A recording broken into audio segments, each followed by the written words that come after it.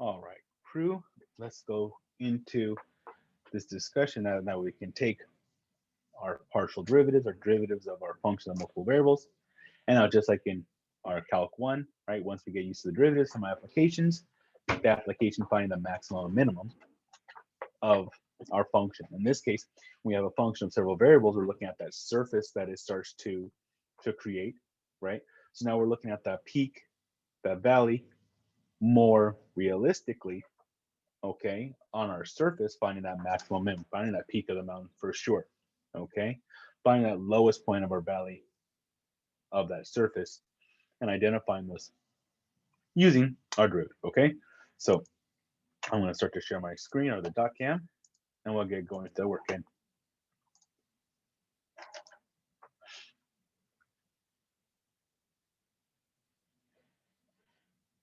Here we go.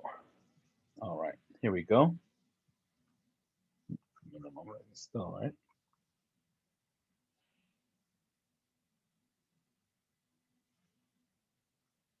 Of these functions of several variables.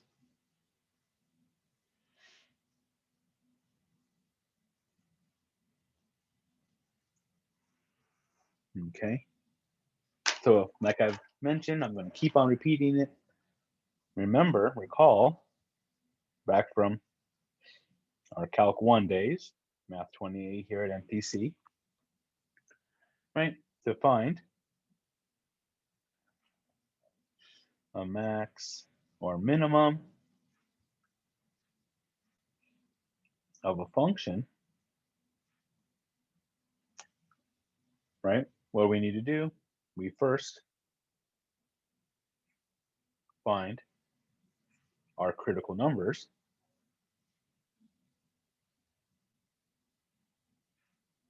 of that function f of x, right? Those locations where the derivative is equal to 0 or possibly undefined. 0 in denominator, that real rapid turn.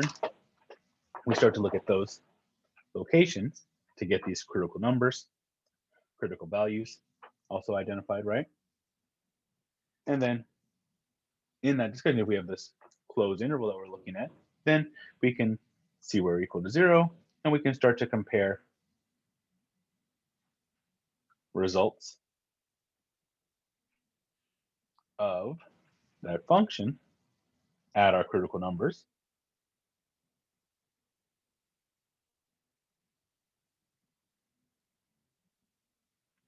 and later boundary values.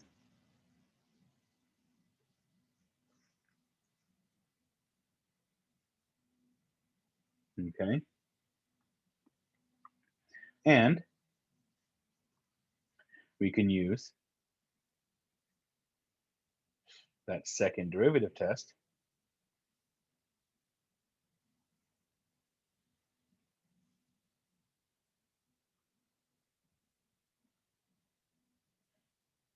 at the critical number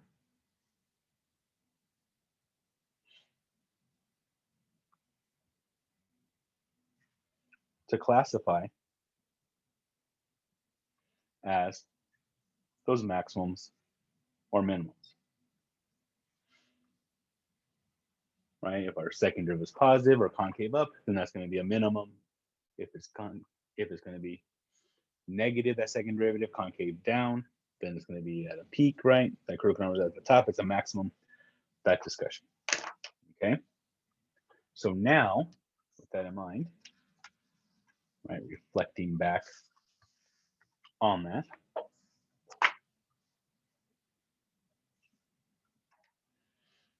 now, for Calc 3, our multivariable calculus, right, 20C here at MPC,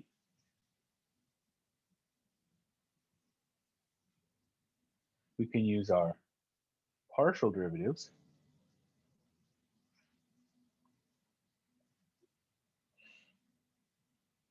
f sub x and f sub y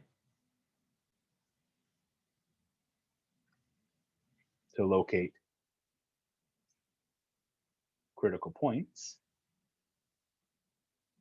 right? Because now instead of a single value where our function was there, now it's a point, an x and y together. Okay. And use a kind of second derivative test, a combination of our second derivatives in terms of x and y and their mixed derivative to classify our critical points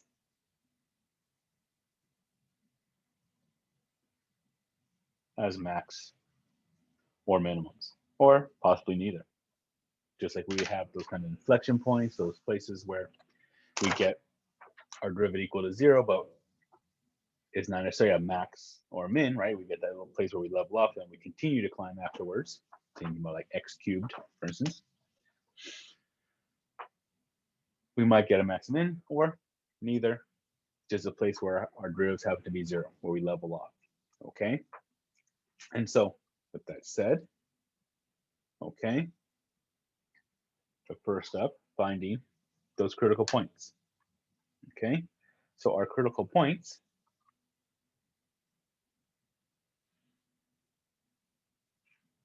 of that function f of xy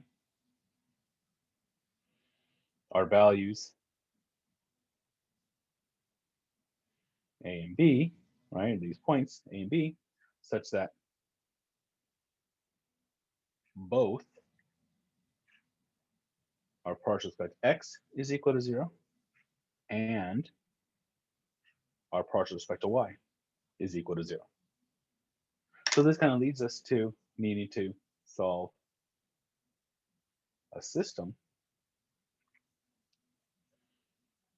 right, with these expressions as my equations and finding those possible x, y values, pairs, that give both of these partials equal to 0. Right, and so again, at the start of the problems, we're probably going to see a lot of linear systems where we just get one critical point. But as we start to see a little more complex, nonlinear systems,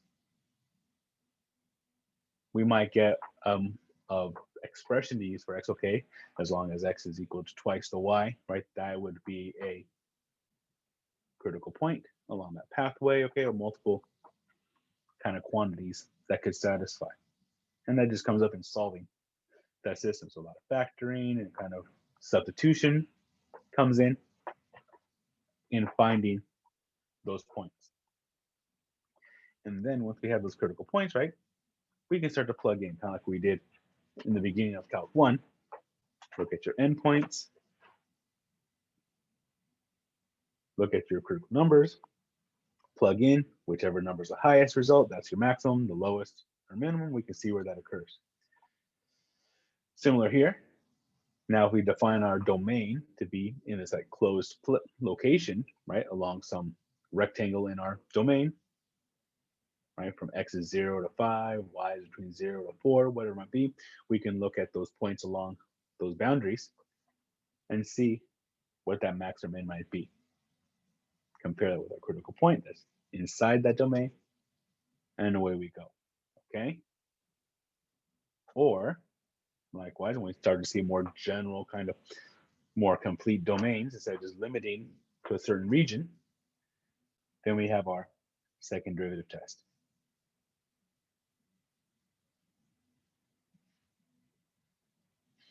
Okay, for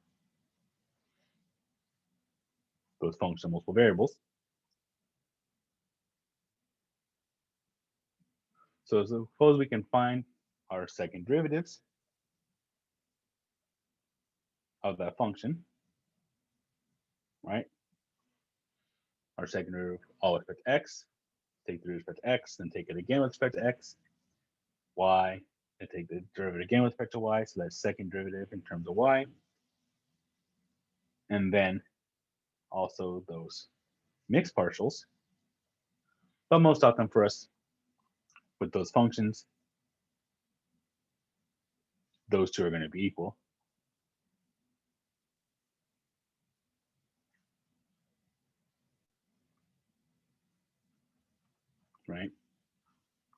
So as long as we can evaluate and find those, we get this quantity D, this kind of discriminant, this determinant,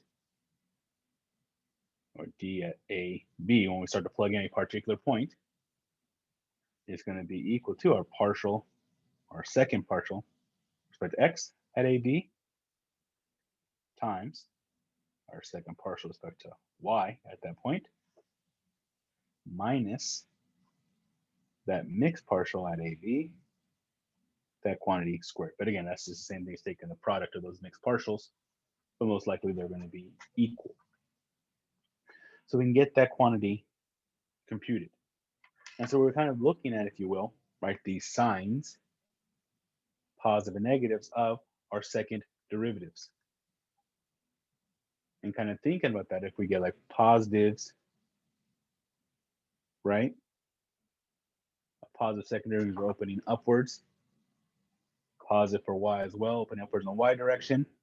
So positive is going to stay positive. So that kind of view I kind of hold in my back of my mind still. And so we start to see these different cases, right? So if in this first case, D is bigger than 0, positive, that calculation at that point, positive, and that partial respect to X, that second partial respect to X is also greater than 0, right, at that point, then that function at AB is again, if we're positive, we're opening upwards, that's going to be a minimum. And then the second case, if that discriminant, that determinant is positive, and whether you look at the Y or the X, I think out of ease, we typically look at the X, or kind of common practice. Look at that second derivative with the X, just the first one we typically calculate alphabetically, right? If that's negative, right, so now we're opening downwards, then at that point, AB, that critical point, our function, that location is a maximum.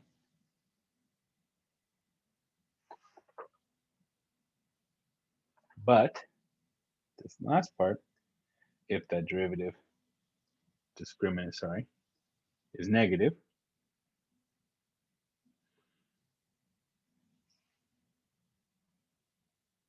that means that most likely these two, right, are going to have opposite signs. Positive times negative, or negative times positive. We're going to have a negative here, take away some more, is going to be negative.